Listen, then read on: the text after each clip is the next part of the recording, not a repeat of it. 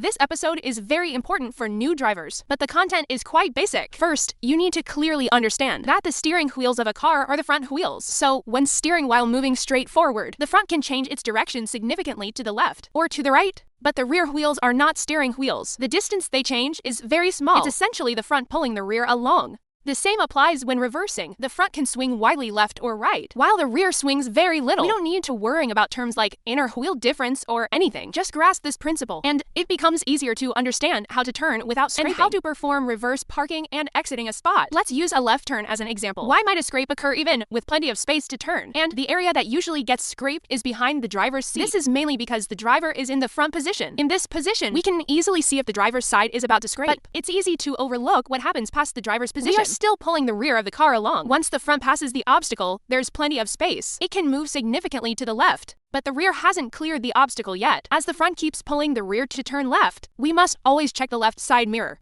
See if it's safe on that side. Otherwise, a scrape is likely. So, when turning, we have to keep points. 2 things to note. First, once the rear wheels pass the obstacle, no matter how close you are on the left, turning left, the rear will be safe. But in reality, there are usually obstacles there. The rear wheels often can't pass the obstacle before turning. So, therefore, the second point is to keep the car to the right when turning. This keeps the rear farther from the obstacle. Even if you steer early, it's less likely to scrape. This is the reason we often say take a wide turn. So, remember this phrase. When moving forward, take a wide turn. Try to keep the rear wheels far from the obstacle when turning. So, when exiting a parking spot, if space is tight, steering out directly often leaves insufficient space here. Experienced drivers often first steer right a bit. This is to pull the rear slightly to the right, moving the rear wheels farther from the obstacle, then steer left to exit. This creates more space here. Don't underestimate this detail. Those who use it know it. Now, let's talk about reversing. Now, the front is pushing the rear. If we reverse like this, space on the left increases, but space on the right decreases. Reaching this point, the rear has no space. The rear also wants to turn here. But unlike the front, it can't steer, it's helpless. Therefore, when reversing, try to get the rear wheels close to the obstacle. This creates more space on the right, making reversing easier. So remember this phrase. When reversing, take a tight turn.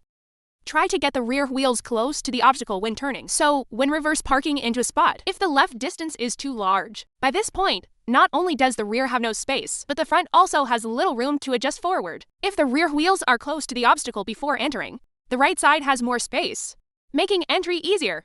Even if the rear has no space at this point, the front has more room to adjust forward, making it easier to park. Let's discuss another turning point. Why keep the left front close to the obstacle at a small distance while moving forward? Because the front pulls the rear. By keeping the front close to the left, we pull the rear as much as possible to the left, keeping the rear as far as possible from the obstacle when turning if there's no obstacle here. If the front goes further left, the rear also moves further into this left space, creating more room. Don't underestimate this detail. Maybe turning the wheel fully right won't clear the turn, but adding this detail might get you through in one go. Same for reversing. Initially, there's a little distance here. We steer right and reverse. Then the left front has no space, but we are reversing further back. Each bit we reverse, the front moves farther from the obstacle. So, with each bit we reverse, we can steer a bit more to the right, getting our right rear wheel as close as possible to the obstacle, creating more space here, making the reverse turn easier. A driving skill every driver must master. Simple, yet extremely important. It's the one-space technique, the technique of shifting the car sideways. We learn this technique not necessarily to move the car from one parking spot to another, but it's useful in many common situations. Let me explain the shifting technique first, then give some practical examples. You'll have an aha moment. The shifting technique is simple to understand. Imagine a space enlarged. It's essentially a lane-changing maneuver. To change lanes right or shift right, first steer right to angle the car, then steer left to straighten it. That completes the lane change. The car shifts sideways. This is a forward right shift. A left shift works the same way. There are forward shifts, and naturally, reverse shifts to shift right while reversing. First steer right to angle the car, then steer left to straighten. This is a reverse right shift. The operation is the same as forward shifting. To shift in a direction, first steer that way, then counter steer to straighten. However, the available space is often limited, so to maximize the shift, turn the wheel fully. Move forward about half the distance or slightly less, because when straightening, the front needs safe clearance. If there's an obstacle on the left and no room in front for a right shift, you can't start with a reverse shift. Steering right in reverse would scrape the left front. So reverse to create front space first. Then perform a forward right shift. Once there's more space on the left, add a reverse right shift. Now, some common examples. First, when the lane is narrow, EXPERIENCED drivers often steer right slightly before exiting. This is a right shift maneuver, creating more space for the turn.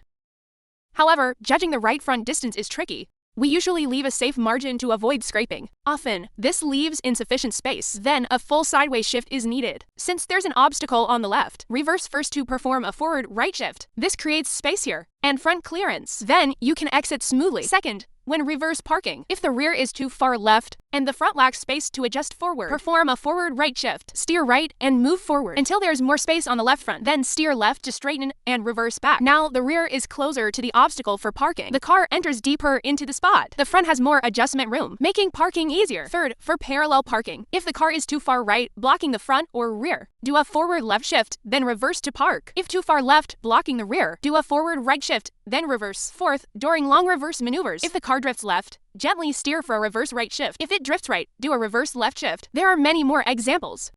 Watch my other videos, most use the shifting technique. Because this car is parked too far out, our car gets stuck turning. For tight turns, understand these details, and turning won't be a problem. First, you know to stay right, leaving maximum left space for the turn. But it's rarely a perfect one-turn clear situation. Getting the right front close to the obstacle often causes a block. Generally, two scenarios occur. First, for tight turns, the car approaches the turn point prematurely when left space is insufficient, but front space is ample.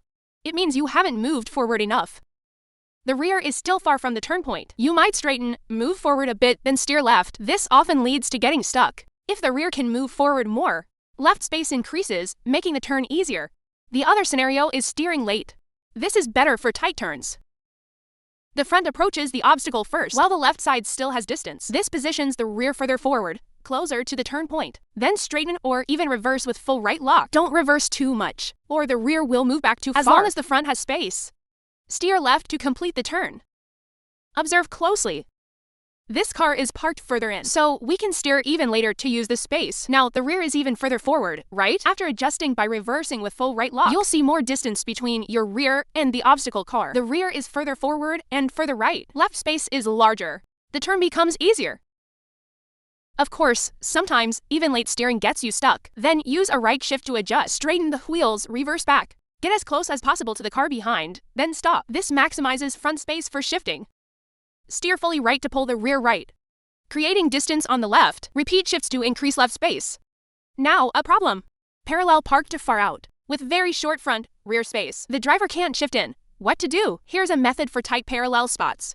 Focus on 2 points. In this case, the driver should pull out and repark. For tight with parallel spots, conventional methods often fail.